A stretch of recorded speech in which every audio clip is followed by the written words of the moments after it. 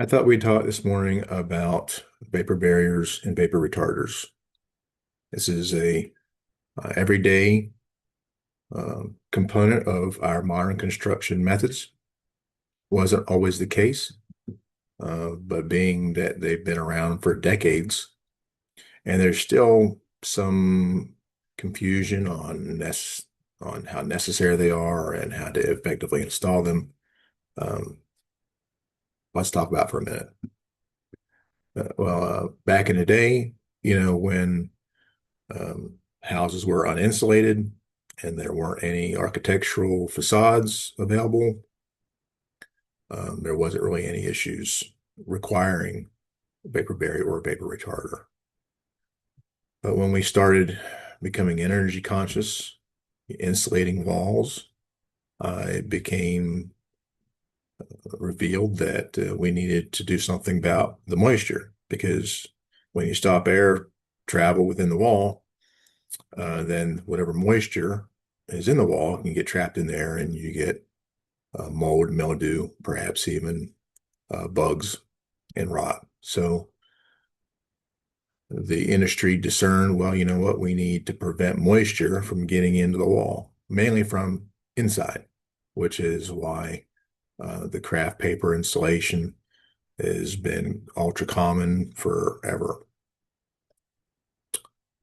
You don't want that moisture getting in the wall from inside your humid areas, and particularly cold climates, because the cold from outside, condenses the moisture in the air, and then you get that water in the wall creating mold, mildew.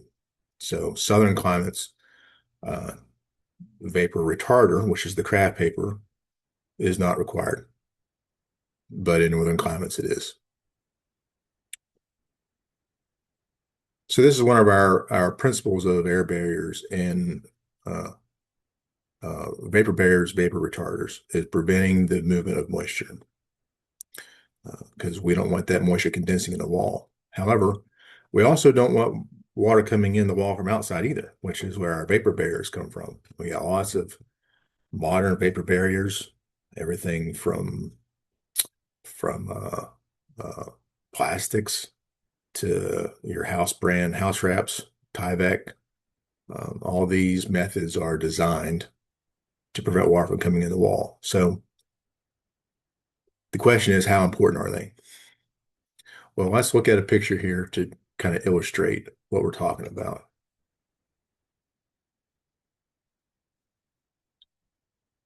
So here we have two examples of what we're talking about here. Firstly, we have this house built 100 years ago when it was constructed. It didn't have any insulation in it. It wasn't even thought of yet. And it had this old Dutch lap wood siding over it. We're going to blow this up a little bit. Well, as time passed, we became more energy conscious. We wanted to dress this house up some. So the homeowner had him come in and put this aluminum siding up, pretty up the house. It has the case. We're going to put uh, an insulation board over top of it, give us a nice flat surface for our aluminum siding, and also add, another R value of 2 to 3. Well, as you can tell, the windstorm snatched it all off the house, and you'll notice it wasn't installed properly to begin with. Poorly installed. They didn't tape up any of the seams. A very inadequate vapor barrier. It really wasn't their intent to provide a vapor barrier, mind you, but if they did this today, that's what they would be trying to do, either with this insulation board or accordion board or something of the sort. And then you would tape it all up, right? Like you would a house wrap. Well, if you look close, we see that there's no rot, there's no mold, there's no bugs. So whereas they didn't do the house wrap right or the vapor barrier right, wasn't an issue. Why? Because whatever moisture that would form behind that siding, there was enough air movement there because that siding is not it's kind of porous. There are all the seams in it. So there's enough air movement there on the outside to prevent moisture from entering. So this didn't cause an issue, you know. However, we look at another circumstance. Here we have an architectural stone veneer wainscot um, on a modern house within the last 15 years. And they put up a house wrap there, a store brand, and the customers complained about moisture inside. So we investigated, and this is what we found.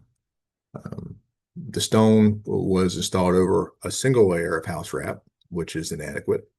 Um, and so the moisture wicked through that porous concrete stone, creating a mold issue, rot issue on all this sheeting below the windows, below that flashing, rotted out the joist band as well, causing, significant expense to the homeowner. No rot above behind the siding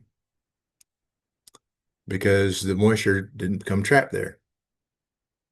Another concern we have here is the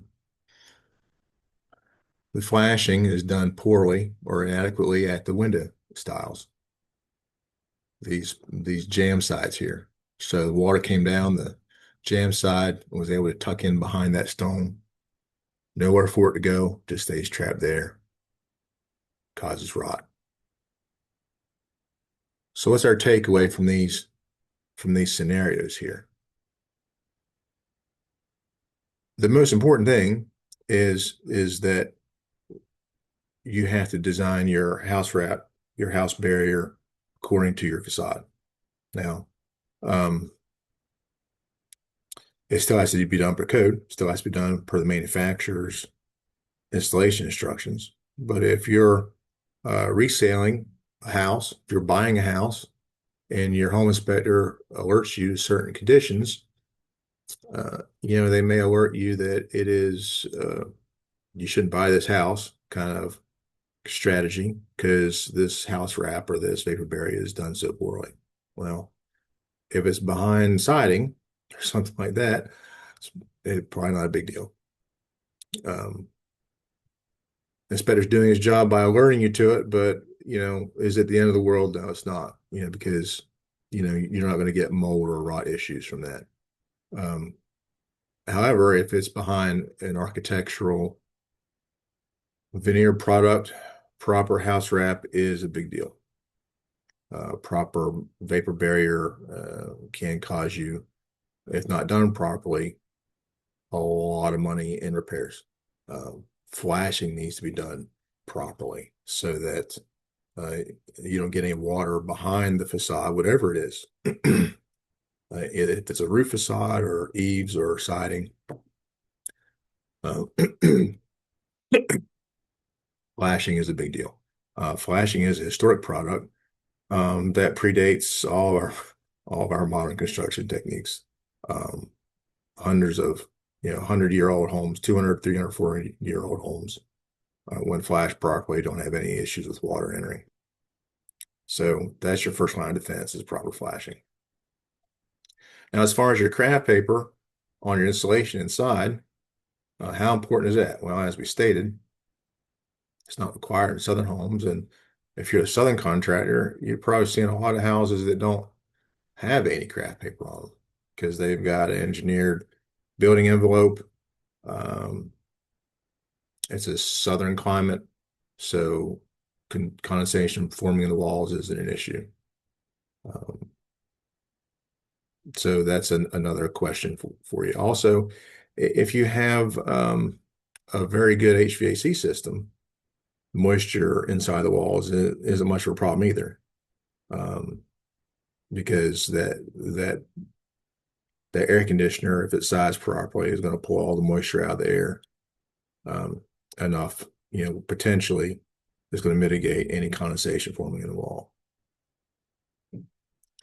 So it's good to have a good balanced understanding of how important these things are. Now, you might ask, well, what if we do spray foam insulation? Well, spray foam insulation is a very good product that can lower your energy costs significantly. Some people will say that there's some health concerns in respect to these, either for the installer or for the homeowner. These these aren't really extreme concerns.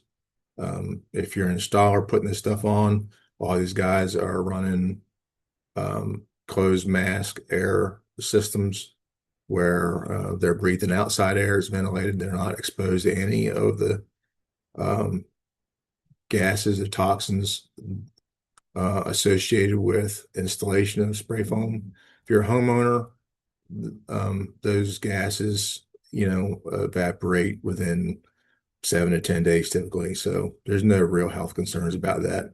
And a lot of the new ones are odorless. So, and if it's a big concern for you, then you can put a intumescent paint over it, and it just smells like latex. So, and then you're going to cover it with wall covering.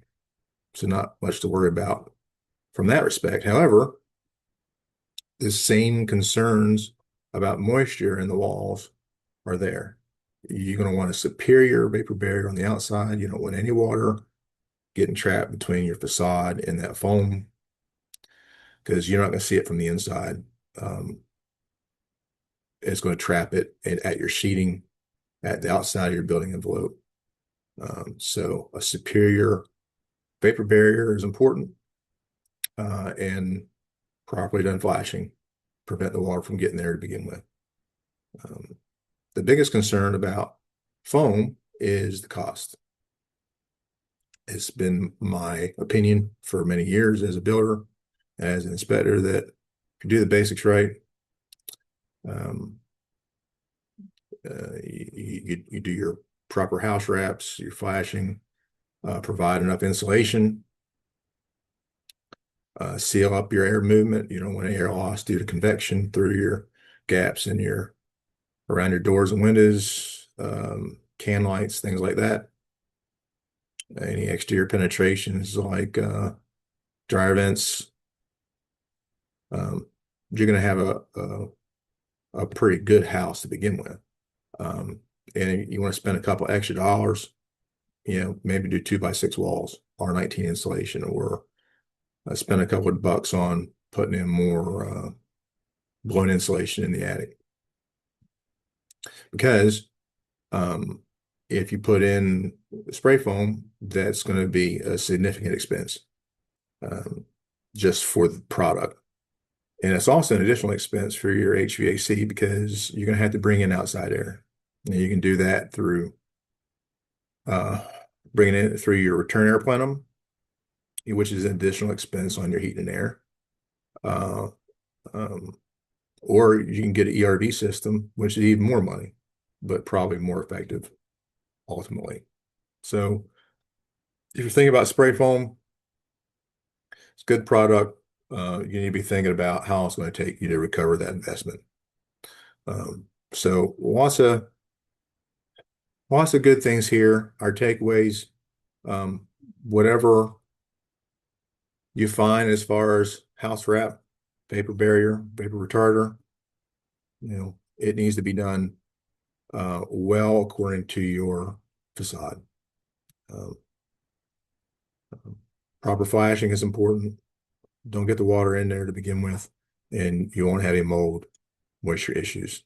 So um, that's my 2 cents worth on house wrap vapor barriers. We'd like to try and provide more content like this. If you like it, great. If you don't like it, sorry. But we're gonna be responding to comments that we deem worthy of responding to, answering questions, and we hope to monetize this channel. So like, subscribe, share. I need more square body Chevy parts. So have a great day.